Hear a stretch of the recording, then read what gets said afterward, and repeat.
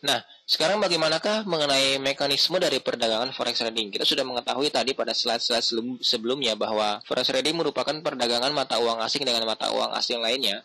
Tetapi bagaimanakah sebuah mekanisme perdagangan forex trading itu terjadi? Yang pertama, saudara, Anda dapat melihat dari sisi kiri jika saya atau Anda adalah seorang investor. Anggaplah kita mengetahui bagaimana harga kedepannya nanti.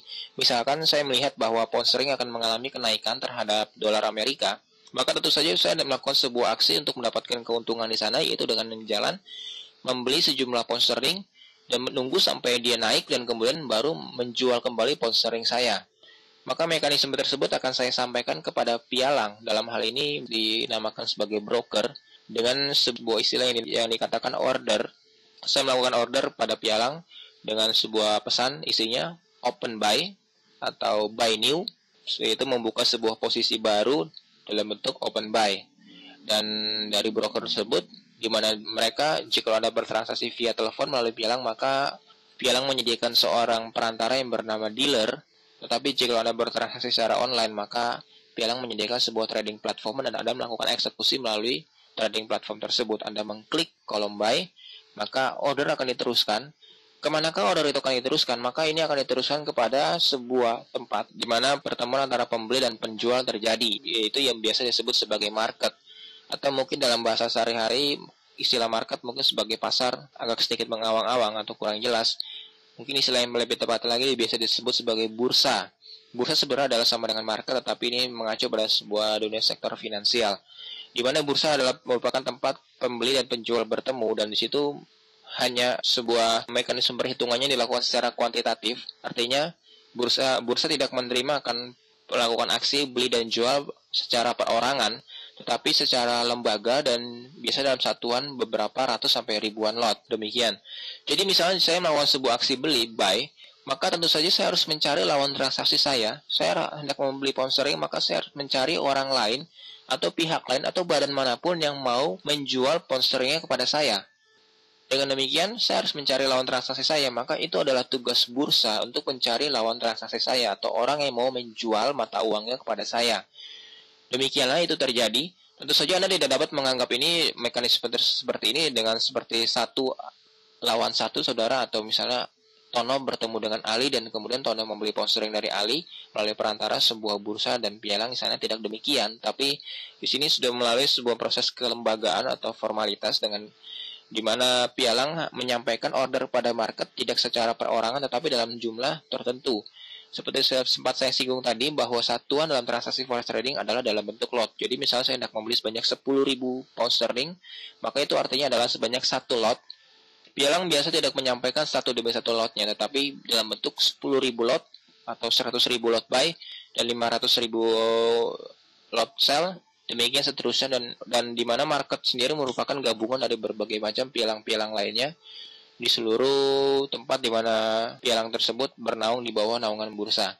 Dari bursa sendiri setelah dicocokkan secara kuantitatif, maka akan diteruskan kembali pada broker dan broker akan teruskan kembali ke nasabah dalam bentuk position recording and reporting. Jadi nasabah akan menerima sebuah laporan di mana transaksi tersebut sudah berhasil atau sudah done. Dan dengan demikian, nasabah hanya cukup memantau bagaimanakah perkembangan harganya ke depan. Jika memang Anda membuka sebuah open buy pound sterling dan kemudian pound sterling mengalami kenaikan, maka Anda akan mendapatkan keuntungan di sana. Sebaliknya, jika pound sterling kemudian mengalami penurunan, maka Anda mendapatkan kerugian di sana. Dan itu adalah tugas pialang untuk menyampaikannya kepada Anda dalam bentuk report. Atau jika Anda memiliki sebuah trading platform online yang disediakan oleh pialang, maka Anda hanya cukup melihatnya dari layar monitor di rumah Anda melalui internet atau melalui kantor Anda. Demikian, pastikan di sana pada bagian bawah saya mencantumkan tanda bintang bahwa all transaction is done unphysically, di mana sebuah transaksi tersebut tidak berlangsung secara fisik, atau seperti ada misalnya seperti pada money changer, tidak demikian, tetapi hanya bentuk transaksi dalam bentuk nota-nota atau catatan keuangan saja. Dalam hal ini melalui platform atau user ID dan password yang sudah tertera dan Anda masuk login dan transaksi terjadi di sana.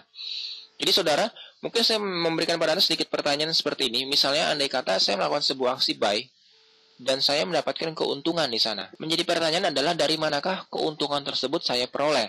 Tentu saja saudara Anda perlu, jika saya melakukan sebuah aksi buy dan saya mendapatkan keuntungan di sana, maka keuntungan tersebut sebenarnya saya peroleh melalui orang lain yang melakukan aksi sell. Jadi jikalau saya melakukan sebuah aksi buy dan saya mendapatkan keuntungan, maka lawan transaksi saya di sebelah sana yang melakukan aksi open sell, mereka yang mendapatkan kerugian. Dan sebaliknya jika saya melakukan aksi open buy dan mendapatkan kerugian, maka yang melakukan aksi open sell tersebut mendapatkan keuntungan. Jadi memang demikian sebuah mekanisme transaksi terjadi. Di sini adalah tugas bursa maupun pialangnya untuk menjamin transaksi tersebut terjadi dengan sah, benar, akurat, dan tidak terjadi yang namanya one prestasi atau gagal bayar. Dan memang semua mekanisme tersebut, one prestasi maupun gagal bayar, tidak lagi terjadi dan tidak mungkin terjadi dengan mekanisme yang diatur begitu rupa oleh market dan oleh bursa. Dengan demikian, maksud saya oleh pialang. Dengan demikian, semua transaksi Anda dapat terjadi dengan tereksekusi secara instan dan cepat. Artinya, jika saya hendak membuka sebuah transaksi open buy, maka dengan segera transaksi tersebut terjadi. Tidak pernah saya menemukan sebuah keadaan di mana saya melakukan sebuah aksi open buy, tetapi tidak ada satu orang pun orang yang mau menjual mata uangnya kepada saya. Hal tersebut mungkin dapat terjadi dalam sebuah pasar yang sifatnya sangat sempit, seperti dalam sebuah bursa dengan anggota atau pengikut bursa yang sangat sedikit atau pedagang yang sangat sedikit di sana. Itu mungkin saja terjadi, tetapi dalam dunia forex trading, kapitalisasi forex trading sendiri mencapai 2 triliun dolar AS per harinya, saudara. Bandingkan, itu adalah kurang lebih sebanyak 10.000 kali lipat lebih besar dibandingkan dengan Bursa Efek Jakarta. Bursa Efek Jakarta sendiri kurang lebih kapitalisasi per hari mencapai 2 triliun rupiah sehari, tetapi dalam forex trading mencapai 2 triliun dolar AS dalam satu harinya. Cukup besar atau sangat besar. Dengan demikian, jika saya melakukan sebuah aksi open buy, selalu saja ada orang lain di luar sana yang menjual mata uangnya kepada saya atau pada orang-orang lainnya. Dan dengan demikian, tidak pernah terjadi yang